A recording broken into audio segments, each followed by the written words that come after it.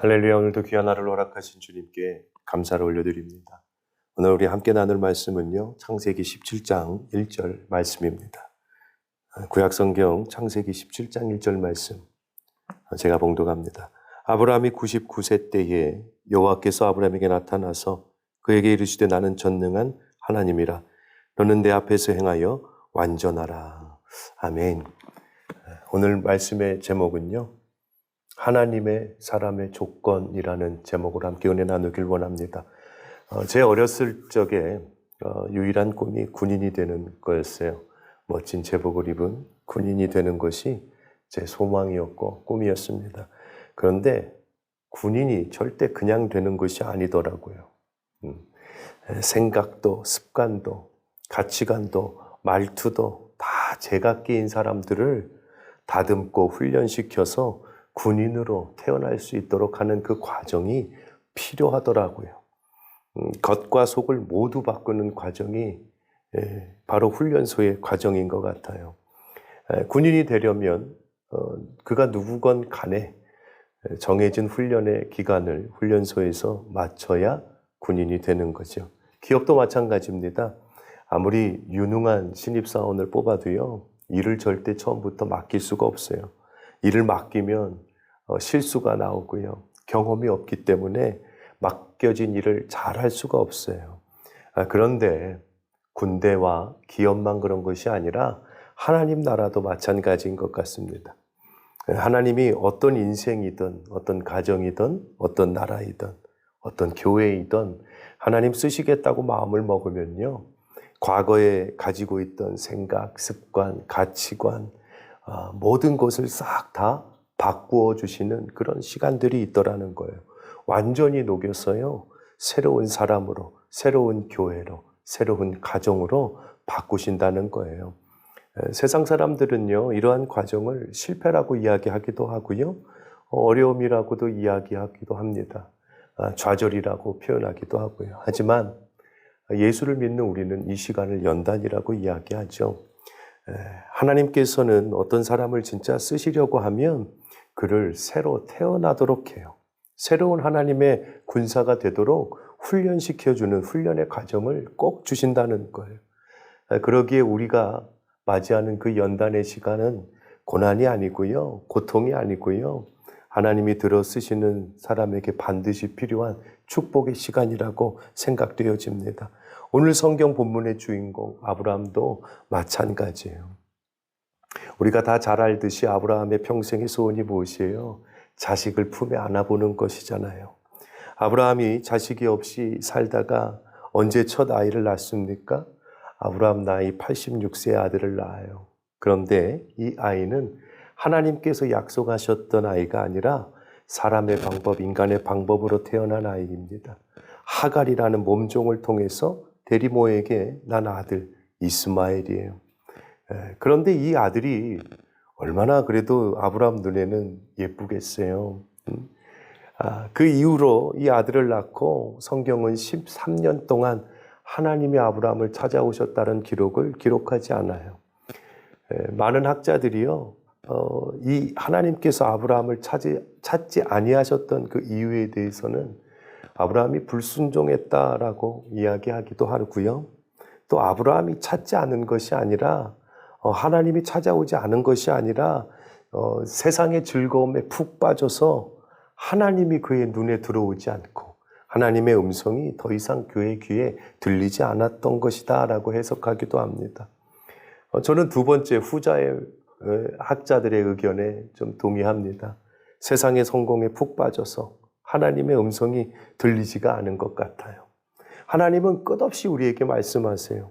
끝없이 찾아오시고요, 늘 우리와 함께 하시고 우리와 함께 동행하시는 분이신데, 아브라함도 그렇고요, 오늘날 이 시대를 살아가는 우리에게도 어쩌면 세상의 소리가 너무 크다 보니, 사람의 소리가 너무 크다 보니 하나님의 소리가 들리지 않은 것 같습니다. 세상 즐거움이 너무나 크기에 어찌되었건 간에 하나님과의 교제가 단절되었었어요. 그러던 어느 날 아브라함의 나이 99세에 사레의 나이 89세가 되는 어느 날 아주 강력한 하나님의 음성이 아브라함에게 들려옵니다. 이날은요, 아주 강력하게 하나님께서 말씀하시는 거예요. 내 앞에서 행하여 완전하라. 할렐루야. 완전하라라는 이 말은요, 하나님 앞에 흠없이 살라는 거예요. 온전해지라는 거예요.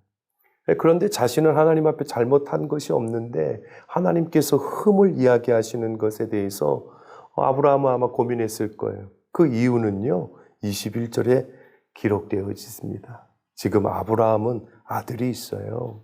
그런데 하나님의 계획하심 속에 태어난 아이가 아니기에 하나님의 계획 가운데 있는 아들을 주시겠다고 이야기하는 거예요. 그것이 흠이라고 이야기하는 거예요. 그런데 그 아이를 낳기 전에 하나님의 계획을 이루시기 전에 아브라함을 하나님의 사람으로 바꾸시길 원하시는데 두 가지 말씀을 하십니다. 첫째는 이름을 바꾸라고 말씀하시는 거예요. 우리 5절의 기록이죠. 아브라함이 이름을 바꾸라는 말씀을 하나님께 전해들었지만 사실 그거 쉬운 것 아니에요. 사람이 이름을 바꾸는 것 참 힘든 일입니다. 지금껏 그 이름으로 살아왔는데 인생을 살 만큼 살았던 사람이요, 이름을 바꾼다는 것은 많은 것에 불편함이 생겨요. 내가 쌓아놓은 것들도 있고요, 내가 지금껏 만들어 놓았던 것들도 있고요, 내 명예도 있고요. 그런데 문제는요, 아브라함만이 아니라 15절 16절입니다. 아내 또한 이름을 바꾸라는 거예요. 왜 이토록 이름을 바꾸라고 하시는 것인가?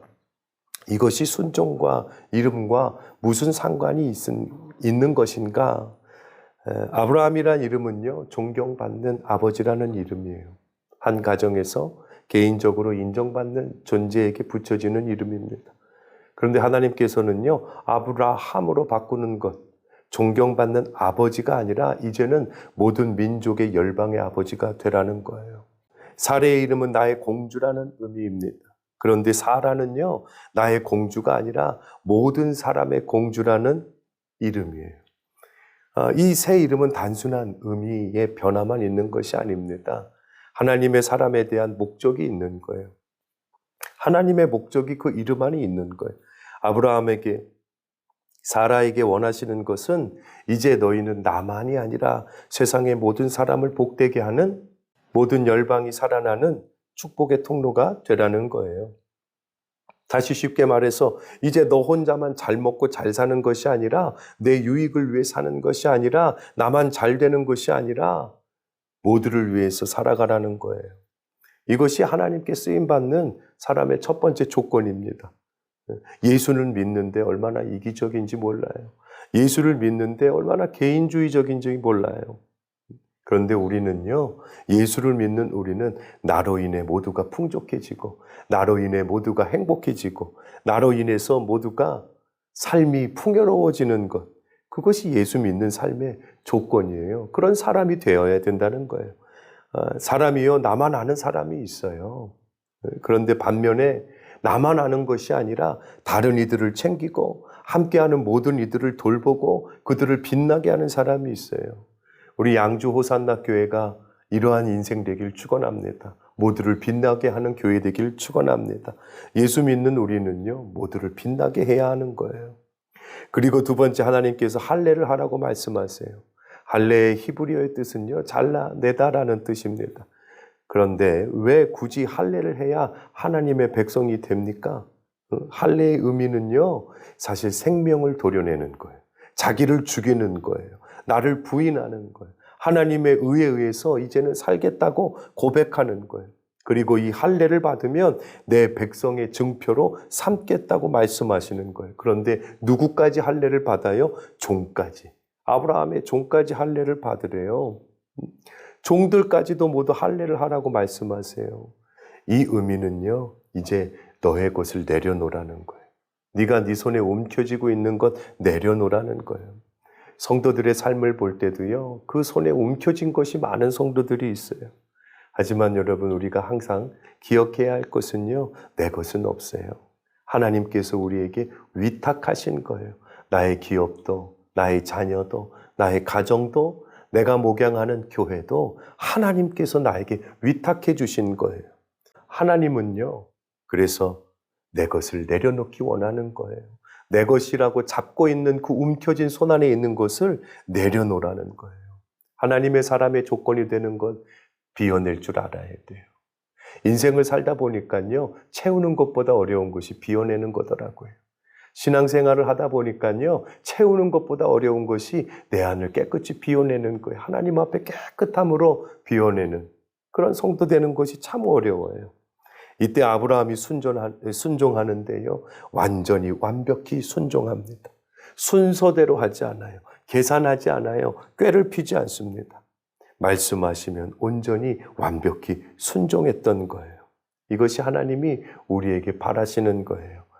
말씀을 맺습니다. 하나님의 사람이 되기 위해서는 비워내야 돼요. 우리 안에 쥐고 있던 것을 내려놔야 됩니다. 그리고 이제는 나만을 위해서 살아가는 것이 아니라 나와 함께하는 모든 이들을 빛내는 그런 사람이 되어야 된다는 거예요. 우리 양주 호산나 교회가요, 이러한 교회와 이러한 교회 공동체 되기를 주님의 이름으로 축원합니다.